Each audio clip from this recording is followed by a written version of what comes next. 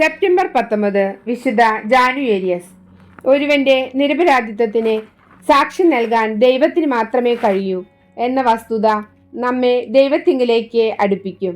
വിശുദ്ധ ജാനുവേരിയസ് നേപ്പിൾസ് കത്തീഡ്രലിൽ ദ്രവീകരിക്കുന്ന അത്ഭുതകരമായ രക്തത്തിന് പേരുകേട്ട വ്യക്തിയാണ് ജെന്നാരോ എന്നുകൂടി അറിയപ്പെടുന്ന വിശുദ്ധ ജാനുവേരിയസ്. ഡയക്ലീഷ്യൻ ചക്രവർത്തിയുടെ മതപീഡനം കൊടുമ്പിടി കൊണ്ടിരുന്ന കാലത്താണ് വിശുദ്ധൻ ജീവിച്ചിരുന്നത്. നേപ്പിൾസ് ആണ് അദ്ദേഹത്തിന്റെ ജന്മദേശം. ഉത്തമ ക്രൈസ്തവ വിശ്വാസിയായിരുന്ന അദ്ദേഹം ബെനവെന്തോയിലെ മെത്രാനായിരുന്നു. ക്രൈസ്തവ വിശ്വാസത്തിന്റെ പേരിൽ അതിക്രൂരമായ മതപീഡനങ്ങൾക്ക് വിധേയമായിക്കൊണ്ടിരുന്ന ക്രൈസ്തവരെ അദ്ദേഹം ആശ്വസിപ്പിക്കുകയും സത്യവിശ്വാസത്തിൽ ഉറച്ചു നിൽക്കാൻ പ്രേരിപ്പിക്കുകയും ചെയ്തു. മതപീഡനം അതിന്റെ ഉച്ചസ്ഥായിയിലെത്തുകയും ആയിരക്കണക്കിന് വിശ്വാസികൾ രക്തസാക്ഷിത്വം വരിക്കുകയും ചെയ്തു. കാരാഗ്രഹത്തിൽ അടയ്ക്കപ്പെട്ടവരുടെ എണ്ണവും അതിഭീമമായിരുന്നു. വിശുദ്ധന്റെ സ്നേഹത്തിന് പാത്രമായിരുന്ന ഡീക്കൻ ബോസിയൂസും കൂട്ടരും കാരാഗ്രഹത്തിൽ അടയ്ക്കപ്പെട്ടു. വിശ്വാസത്യാഗത്തിന് നിർബന്ധിക്കപ്പെട്ടെങ്കിലും അവർ തയ്യാറാകാതെ വന്നപ്പോൾ അവരെ വധിക്കാൻ തീരുമാനിച്ചു. ഇതറിഞ്ഞ ജാനുവേരിയസ് ഉടൻ തന്നെ അവരെ ആശ്വസിപ്പിക്കുന്നതിനായി കാരാഗ്രഹത്തിൽ ചെന്നു. അദ്ദേഹത്തിന്റെ സന്ദർശന വാർത്ത കാവൽക്കാർ അധികാരികളെ അറിയിച്ചതിനാൽ വിശുദ്ധനും അറസ്റ്റ് ചെയ്യപ്പെട്ടു. അദ്ദേഹത്തിന്റെ വന്യമൃഗങ്ങളുടെ കൂട്ടിലേക്ക് എറിഞ്ഞു കൊടുക്കാനായിരുന്നു രാജകൽപ്പന.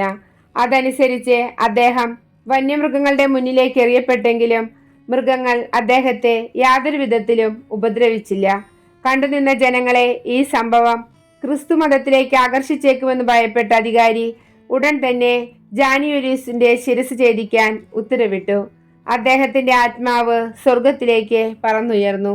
നേപ്പിൾസിലെ ദേവാലയത്തിൽ 2 കണ്ണാടി പാത്രങ്ങളിലായി വിശുദ്ധന്റെ രക്തവും വേറൊരു പാത്രത്തിൽ ശിരസും സൂക്ഷിച്ചിട്ടുണ്ട്. കട്ടിയായിരിക്കുന്ന വിശുദ്ധന്റെ രക്തം വെച്ചിരിക്കുന്ന പാത്രം വിശുദ്ധന്റെ ശിരസിന് സമീപത്തേക്ക് കൊണ്ടുവരുമ്പോൾ ഉറച്ച ആ രക്തം ജീവനുള്ള ഒരു മനുഷ്യന്റെ രക്തം പോലെ ഉരുകിത്തുടങ്ങും. സാധാരണയായി വിശുദ്ധന്റെ തിരുനാൾ ദിവസങ്ങളിലും മെയ് 1-ാം തീയതിയുമാണ് ഇങ്ങനെ സംഭവിക്കുന്നത്. അന്നും ഇന്നും എന്നും ഒരാൾ തന്നെയായി ജീവിക്കുന്ന ദൈവത്തിന്റെ രക്തസാക്ഷി.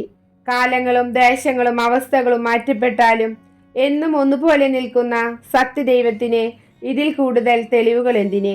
ആധുനിക ലോകം നടത്തിയ ശാസ്ത്ര പരിശോധനകൾക്ക് ഈ പ്രതിഭാസത്തിനുള്ള ഉത്തരത്തിന് മുന്നിൽ പഞ്ചപുച്ഛമടക്കി നിൽക്കേണ്ടി വന്നു. അസാധ്യമായത് സാധ്യമാക്കുന്ന ദൈവം. രക്തബാങ്കുകൾ, രക്തദാതാക്കൾ, രക്തസംബന്ധമായ അസുഖമുള്ളവർ എന്നിവരുടെയെല്ലാം മധ്യസ്ഥനായി അറിയപ്പെടുന്ന വിശുദ്ധൻ നേപ്പിൾസിന്റെ രക്ഷാധികാരിയാണ്. നമുക്കും അദ്ദേഹത്തോട് മാധ്യസ്ഥം അപേക്ഷിക്കാം.